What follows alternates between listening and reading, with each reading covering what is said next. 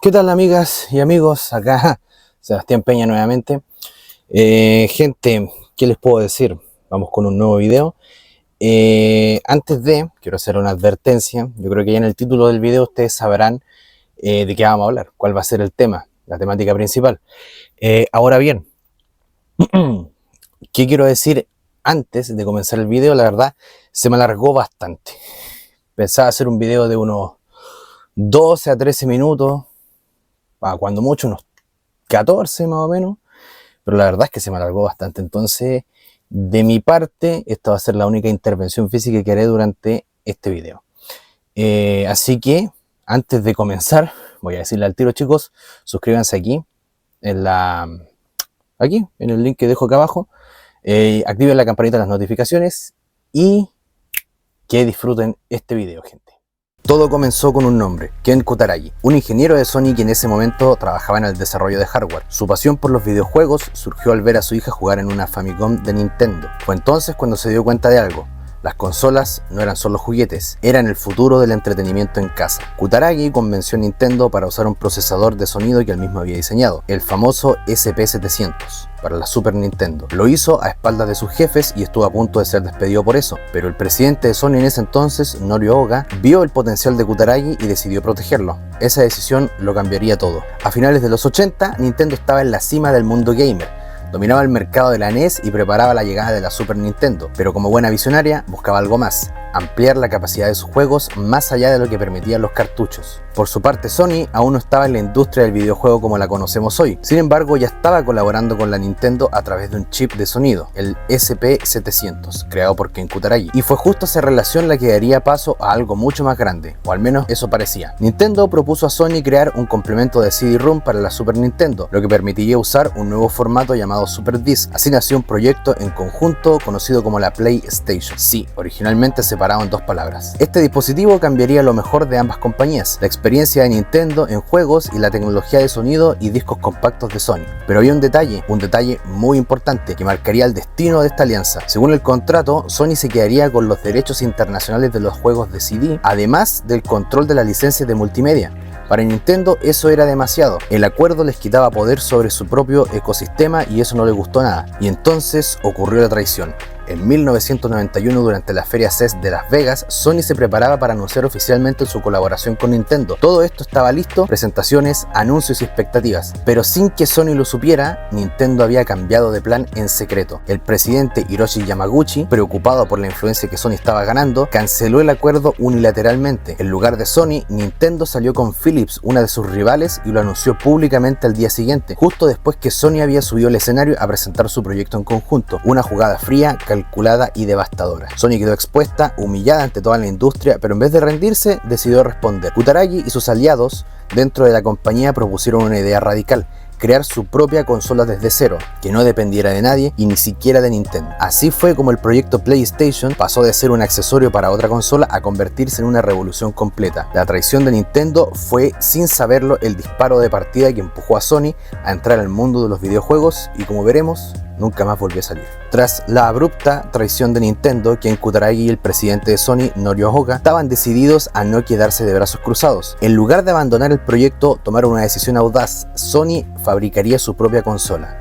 Esta ruptura sorprendió a muchas empresas japonesas, ya que existía una ley no escrita que evitaba que compañías locales se enfrentaran entre sí a favor de empresas extranjeras. Aún así, Sony evaluó unir fuerzas con Sega para crear una nueva consola basada en el CD-ROM. La llamaron provisionalmente Sega Multimedia Entertainment System, pero cuando la propuesta llegó a la sede de Sega en Japón, la respuesta fue un portazo en la cara. Según Tom Kalinske, jefe de Sega América, los ejecutivos en Tokio dijeron: es una idea estúpida, Sony no sabe hacer hardware y mucho menos software, ¿por qué deberíamos confiar en ellos? Con ese rechazo, Sony detuvo la colaboración, pero no abandonó la idea. En lugar de eso, empezó a trabajar en una consola propia basada en la tecnología desarrollada con Nintendo, pero esta vez sin depender de nadie más. A pesar del caos en el CES en 1991, hubo intentos de reconciliación. Se llegó a proponer un nuevo acuerdo. Sony seguiría trabajando en una consola que pudiera correr juegos de Super Nintendo siempre que se usara el chip de sonido de Kutaragi y que Nintendo mantuviera los derechos y ganancias. Incluso se fabricaron unos 200 prototipos. Sin embargo, embargo, dentro de Sony todavía había resistencia. Muchos ejecutivos no querían que la empresa se metiera en el mundo de los videojuegos y algunos veían a Kutaragi como un rebelde que ponía en riesgo la reputación de la compañía, pero se mantuvo firme. El futuro estaba en los videojuegos y en no mirar hacia atrás. Finalmente, el 4 de mayo de 1992, Sony cortó todo lazo con Nintendo y apostó por completo al desarrollo independiente.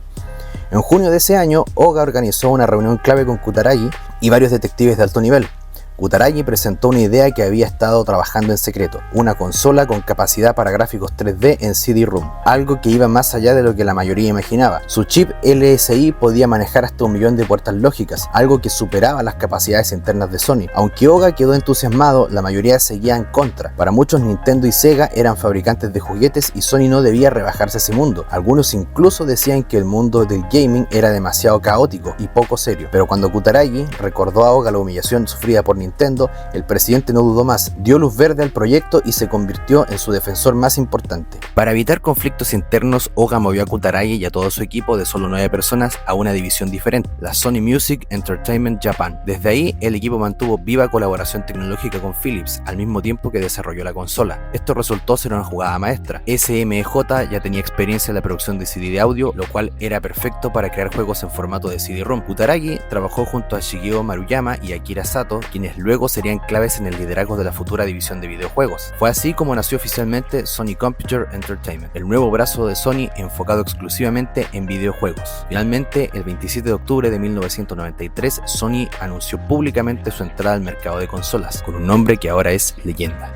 PlayStation. En un principio, Sony dudaba, ¿debían centrarse en los videojuegos de 2D con sprites o en gráficos de 3D? La respuesta llegó de un competidor. El éxito de Virtua Fighter de Sega en los arcades japoneses demostró que el futuro eran los gráficos poligonales, así que Sony lo apostó todo a eso. Además, querían aprovechar una gran ventaja: el sonido digital de los CD-ROM, lo cual daría a PlayStation una experiencia de audio muy superior a la que existía en aquel entonces. En sus primeras etapas, el proyecto fue utilizado internamente como PlayStation X o simplemente PSX, para alejarse del recuerdo de Nintendo. Aún había dudas en las oficinas de Sony y muchos temían que si la consola fallaba podría dañar la imagen de la marca. Por eso al inicio el producto ni siquiera se promocionó como Sony PlayStation, sino que simplemente como PlayStation. En 1995, Sony formó 2 divisiones clave, la SC América y la SCE Europa, preparándose para un lanzamiento global. Al principio, las campañas publicitarias hablaban de PSX como nombre oficial, pero este se descartó poco antes del lanzamiento. Al final, la consola llegó al mundo como PlayStation a secas, y lo que muchos creyeron que sería un juguete más terminó marcando una de las mayores revoluciones en la historia de los videojuegos. Cuando Sony decidió lanzarse al mundo de los videojuegos, había un gran problema: no tenían experiencia haciendo juegos, a diferencia de Sega y Nintendo, que contaban con estudios internos potentes y una larga lista de juegos arcade que podían adaptar a sus consolas. Sony tenía que comenzar desde cero, y para no repetir errores como el de Atari Jaguar y 3DO, consolas que fracasaron por falta de juegos, Sony salió a buscar apoyo de desarrolladores externos. En mayo del 93, un equipo de Epic Sony recorrió más de 100 estudios en todo Japón con una propuesta muy clara: apostar por el poder tecnológico de la nueva consola. Descubrieron que muchos desarrolladores estaban descontentos con Nintendo,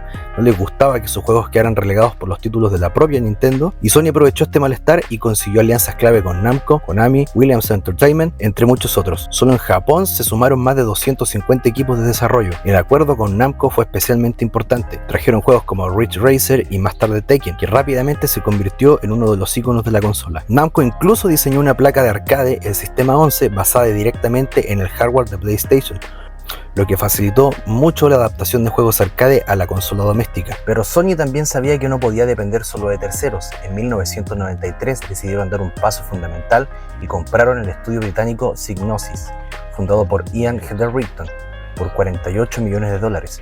Fue su primera adquisición de un estudio interno. Psygnosis tenía experiencia, talento y ambición, pero cuando recibieron los primeros prototipos de PlayStation, Hetherington no quedó impresionado. Decía que la consola no estaba lista para cumplir su propósito hasta que su equipo se involucró directamente en su desarrollo. Hubo tensiones con los ejecutivos de Sony, especialmente por las ideas poco convencionales de Hetherington. En algún momento incluso se propuso lanzar un televisor con PlayStation integrada, pero a pesar de todo eso, Psygnosis fue clave en los meses previos al lanzamiento, con 500 empleados trabajando a tiempo completo en juegos y soporte técnico. Una de las mayores contribuciones de Psygnosis no fue un juego, sino una solución técnica: crear el nuevo kit de desarrollo para PlayStation. Sony inicialmente entregó a los desarrolladores unas costosas estaciones de trabajo, Sony News, con procesadores MIPS, pero los equipos no estaban cómodos trabajando con ese entorno. Psygnosis sugirió una nueva alternativa: usar sistemas basados en PC. Contactaron con SN Systems, una empresa británica especializada en herramientas para el desarrollo de videojuegos. Presentaron su propuesta en el CES de enero de 1994 en Las Vegas, un kit funcional que corría en una PC estándar, y Sony quedó muy impresionada y abandonó sus planes originales. Se ordenaron más de 600 kits y SN Systems se convirtió en un aliado clave, proveyendo no solo hardware sino también herramientas como ensambladores, depuradores y editores. Más adelante, Sony también los compraría oficialmente en el año 2005. Sony entendió algo que sus rivales no: hacer videojuegos no debería ser complicado ni exclusivo. Su filosofía fue abrir las puertas a todos los desarrolladores, facilitar herramientas, documentación, bibliotecas y soporte técnico. A diferencia de Nintendo, Sony no daba prioridad a sus propios juegos, y eso generó un efecto muy poderoso. Desarrolladores como Peter Molyneux de Bullfrog Productions se sintieron liberados. Él mismo dijo que desarrollar para PlayStation fue como salir de la cárcel. El uso de CD-ROM en lugar de cartuchos también fue un gran acierto. Los discos eran más baratos, se producían en todo el mundo y ofrecían más espacio. Nintendo, por el contrario, mantenía un férreo control sobre sus cartuchos, lo cual limitaba a muchos desarrolladores. El hardware de la PlayStation fue diseñado para ser potente, pero accesible. Su arquitectura abierta, su compatibilidad con PCs y su programación en lenguaje C facilitaron el trabajo a muchos estudios. Sin embargo, no todo fue perfecto. Algunos desarrolladores se quejaron por la falta de memoria RAM. La consola solo tenía 3,5 MB, lo que requería optimizar cada recurso. Peter Molyneux comentó que el procesador MIPS no era tan veloz como el de una nueva PC, y eso les tomó semanas adaptar y optimizar sus juegos. Sony pudo haber duplicado la memoria, pero Kutaragi decidió no hacerlo. La razón: mantener la consola lo suficientemente barata para competir en el mercado. Lograr ese equilibrio entre rendimiento bajo costo y facilidad de uso fue, según él, el mayor desafío y su mayor logro. Sony lanzó oficialmente la PlayStation en Japón el 3 de diciembre de 1994, apenas una semana después que Sega pusiera a la venta su Saturn. El precio inicial fue de 39.800 yenes y desde el primer día la respuesta fue impresionante. Las tiendas se llenaron de gente haciendo fila para conseguir la nueva consola. Incluso el propio Norio Hoga, presidente de Sony, contó que amigos y familiares comenzaron a llamarlo rogándole consolas para sus hijos. En solo 24 horas se vendieron 100.000 unidades y en 6 meses ya habían superado las 2 millones. Aún así, en las primeras semanas Saturn tuvo una pequeña ventaja gracias al impacto que tuvo Virtua Fighter. Para fin de año, Saturn llevaba 500.000 consolas vendidas en Japón frente a las 300.000 de PlayStation. La demanda era tan alta que surgió un mercado paralelo.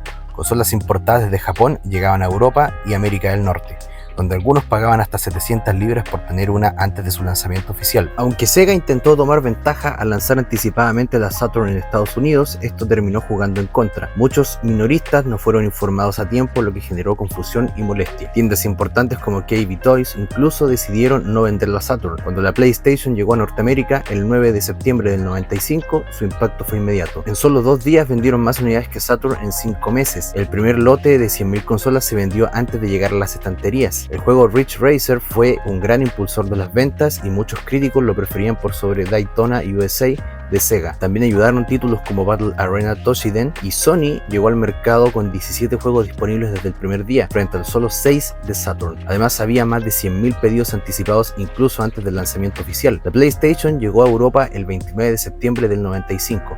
Un mes después, el 15 de noviembre, aterrizó en Australia. En el Reino Unido, Sony se movió rápido, con fuerza. Invirtieron 20 millones de libras en publicidad navideña contra los modestos 4 millones de Sega, además de trabajar con grandes cadenas como Comet y Argos. Sony se aseguró de estar presente en tiendas independientes, logrando una cobertura total. En unos meses, PlayStation vendía 3 veces más que Saturn en el Reino Unido. Para finales del 95, Sony ya había captado más del 20% del mercado de videojuegos en los Estados Unidos y había vendido 800.000 unidades en ese país, aunque consolas como la Super Nintendo y la Mega Drive todavía estaban liderando en volumen acumulado y la nueva generación tenía claro un favorito. La demanda fue tan grande que Sony tuvo que alquilar aviones Jumbo para poder enviar consolas desde las fábricas a los principales mercados. También aumentaron la producción en Europa y Norteamérica para no quedarse atrás. A comienzos del 96, la PlayStation ya había generado $2.000 millones en ventas globales, lo que equivale a más de 4.000 millones actuales. Para finales de ese año, las ventas en Europa alcanzaban 2.2 millones de unidades, incluyendo 700.000 solo en el Reino Unido. Mientras tanto, 400 juegos ya estaban en desarrollo para PlayStation, el doble de los que tenía Saturn y mucho más de los 60 que tenía Nintendo 64, que aún no salía al mercado. En mercados emergentes como la India, la llegada fue más lenta. Sony hizo una prueba entre 1999 y 2000 vendiendo solo unas 100 unidades en la sala de exhibición, pero finalmente la modelo PS1 se lanzó oficialmente en la India el 22 de enero de 2002 con un precio de 7.999 rupias, una biblioteca inicial de 26 juegos disponibles. Uno de los grandes pilares del éxito de la PlayStation fue su campaña de marketing atrevida e innovadora, que rápidamente consolidó a Sony en mercados clave como Europa y Norteamérica. En un inicio, la consola se enfocó en un público adolescente y joven adulto, mientras que su competencia como Sega Saturn apuntaba a un rango más alto, entre 18 a 34 años. Y Sony creía que los jugadores jóvenes admiraban a los mayores y que dirigir la publicidad hacia adolescentes y adultos no solo los atraería, sino también a los más chicos. Además descubrieron que muchos adultos reaccionaban mejor a las campañas diseñadas para un público juvenil, quizá porque esos videojuegos les hacían revivir esa sensación de tener 17 años de nuevo. Poco después de su lanzamiento europeo, Sony le encargó a Geoff Glendinning, su director de marketing, que explorara nuevos públicos. Él notó algo que muchos pasaban por alto: los jugadores que habían crecido con Nintendo y Sega ya no eran niños, y la publicidad infantil ya no los representaba.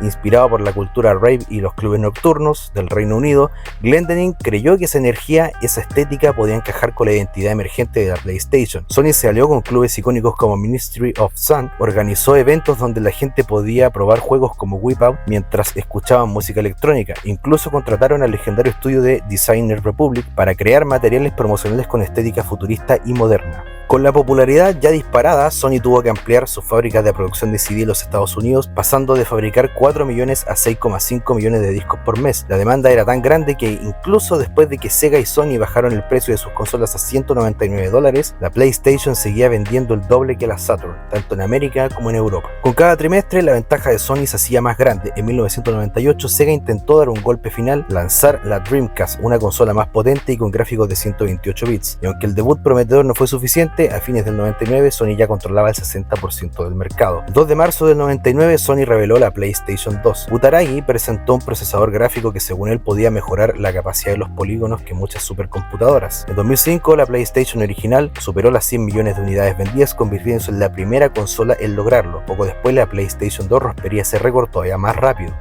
El éxito de ambas consolas fue tan aplastante que Sega decidió abandonar por completo el negocio de hardware en 2001, retirando oficialmente la Dreamcast. Finalmente, la PlayStation se despidió el 23 de marzo del 2006 tras más de 11 años en el mercado. Una despedida a lo grande para una consola que no solo hizo historia, sino que cambió la forma en la que jugamos.